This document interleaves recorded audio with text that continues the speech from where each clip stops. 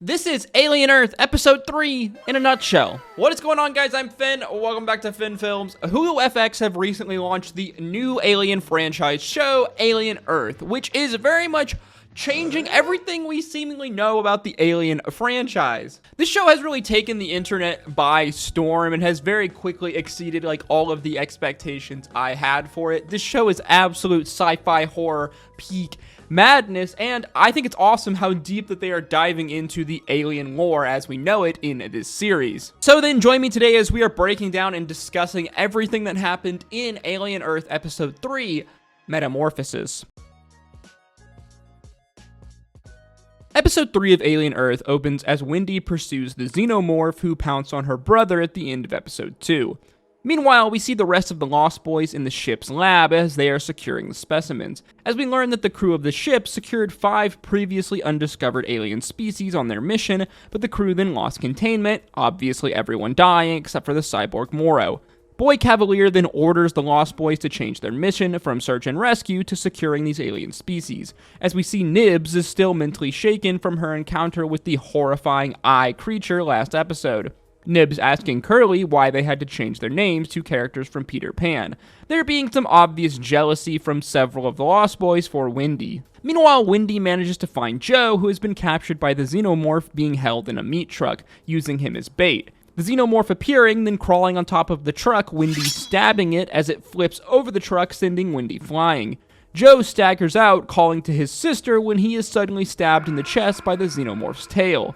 Just when it looks like Joe is about to be eaten, suddenly Wendy comes to the rescue, stabbing its tiny mouth. The brother and sister then attempting to lock this xenomorph behind this big door when suddenly it grabs Wendy, pulling her inside. Joe frantically attempts to open the bay door as we hear the sounds of fighting inside. The door finally opening, where to our shock we see the beheaded xenomorph lying on the ground. Somehow Wendy actually managed to kill what is considered by many to be an unkillable creature. An injured Wendy then staggering forward, bleeding from her head this white synthetic goo as she collapses on the ground.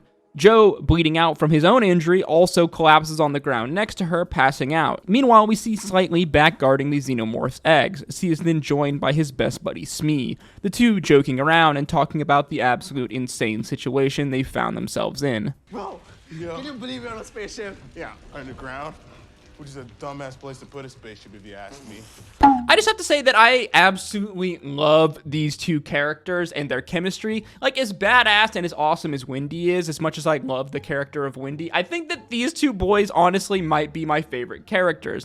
I have to say, absolutely huge props to the actors playing Smee and Slightly, as they are absolutely killing it in terms of playing a set of physical adults that have the mental capacity, the minds of children. I mean, it's actually startling how well they pull off this kind of dynamic, how convincing they are that they are mentally children.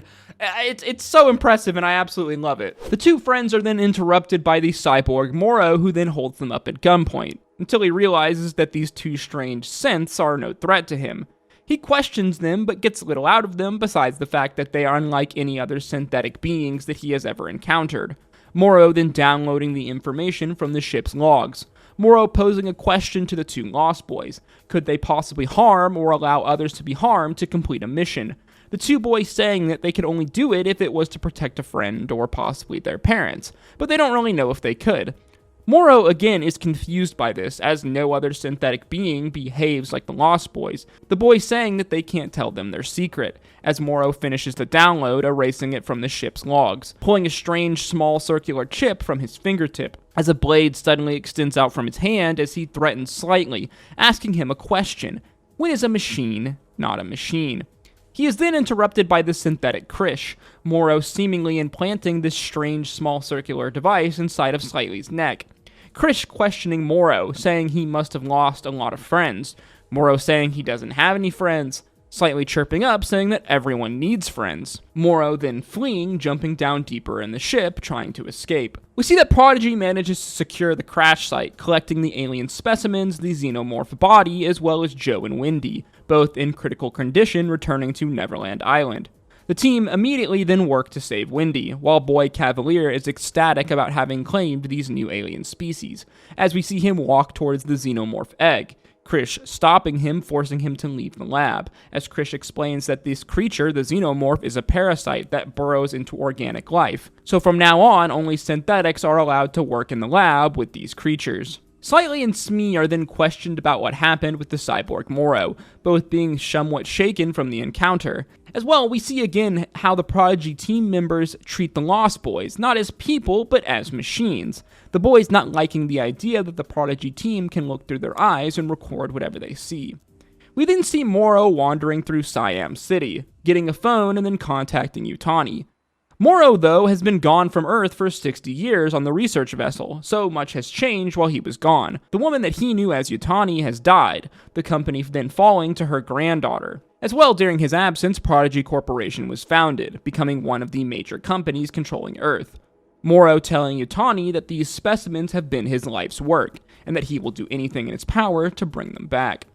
Back in Neverland, Boy Cavalier is approached by Curly, who asks him why Wendy is his favorite. Cavalier explaining simply that Wendy was the first. Curly saying that she wants to be his favorite and she is not like Wendy. She wants to learn and be like Cavalier, maybe even one day surpassing him. Cavalier now taking an interest in Curly, giving her some books to read and telling her to return when she's done so the two of them can play.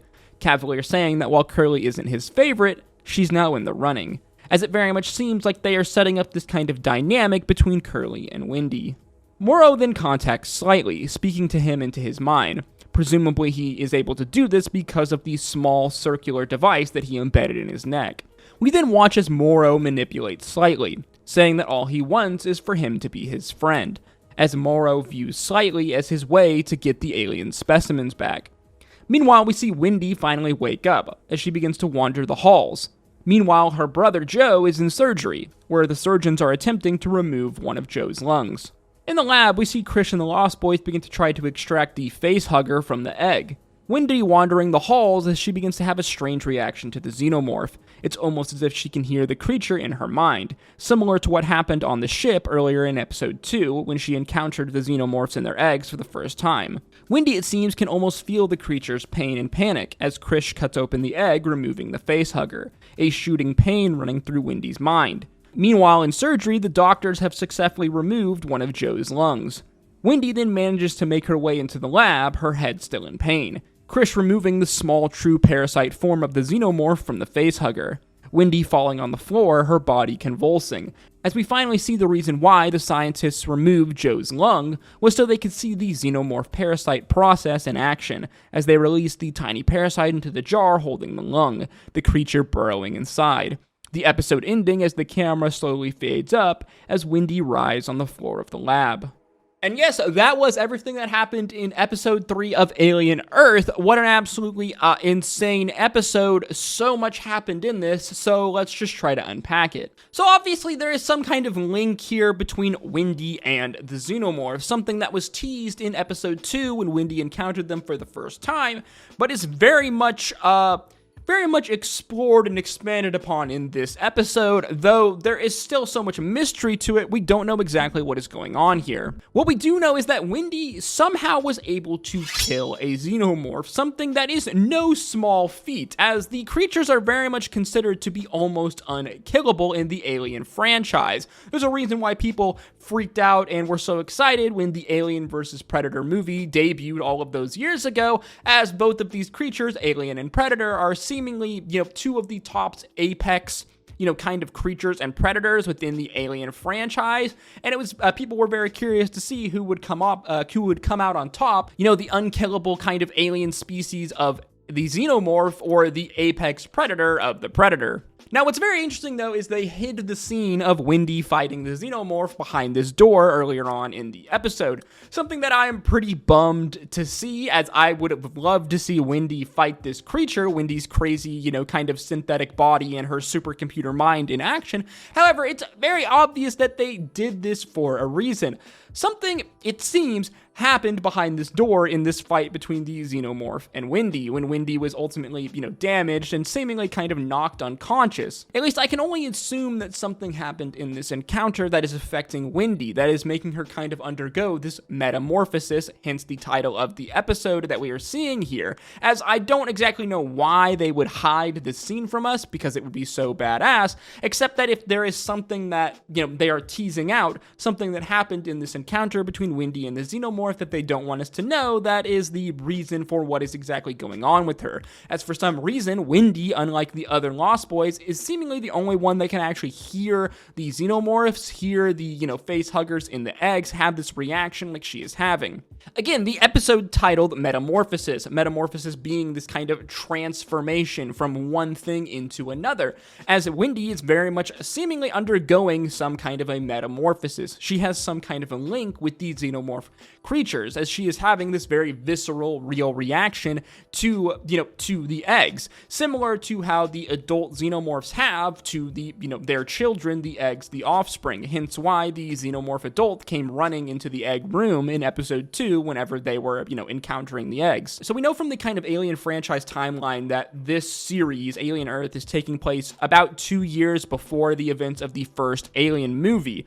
Now, they very much could be rewriting some of the timeline and the lore, so it's kind of hard to, look into this too deeply, but we can kind of assume what is going to happen in this show. It's very likely that something is going to go horribly wrong with the, the xenomorphs in the Neverland lab, and obviously with Morrow the cyborg, who is trying to hunt them down for Yutani Corporation. Something bad is going to happen.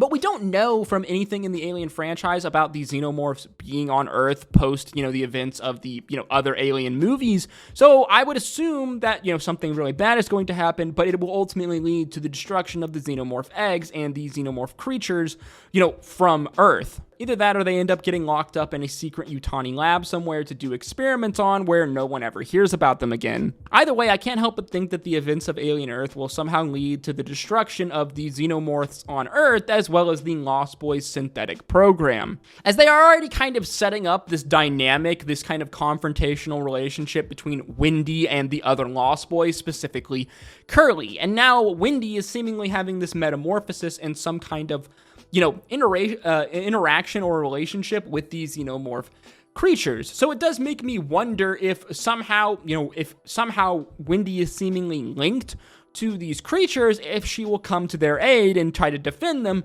basically setting her up as in a fight against the other Lost Boys, but we are just basically blindly speculating at this point. We also have to factor in the cyborg psycho Morrow and his death-defying mission to try to get these specimens back, as he will most likely use Slightly and the strange device that he implanted into his neck to infiltrate Neverland to try to get all of these alien specimens back, which I imagine will lead to many people dying and probably the destruction of the Neverland lab and maybe even Prodigy Corporation as we know it. I absolutely love this reveal of, Morrow being on this deep sea space research vessel for 60 plus years and him coming back to Earth to see that so many things have changed, as he is, through him, we learn several different, pieces of information. In many ways, we, the audience, are kind of in the same position as Morrow, where we are getting, we're getting all of this new alien lore, all of this new franchise lore from this show.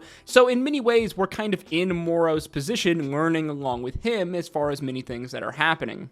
I'm also very curious to see if they're going to reveal more of the scenes that happened on the research vessel that ultimately, led to the specimens getting loose. Obviously, we can piece together what happened, that ultimately, someone ended up getting infected, getting indoctrinated with a xenomorph parasite. They tried to do surgery, but ultimately a xenomorph was born, which ran rampant across the ship, Morrow seemingly having to shoot and kill also a couple of the crew members, which led to the events of episode 1 and the ship crashing. Though there's probably way more to these events, and I would be very curious to see what exactly happened and what led to the ultimate, the ultimate crash of this ship onto Earth. And I imagine that they might show us this through some Morrow flashback scenes sometime, in this series. So far, I have to say I'm absolutely loving Alien Earth. They are absolutely knocking this series out of the park. It is peak sci-fi horror, And it is very interesting how they are expanding upon the Alien lore and franchise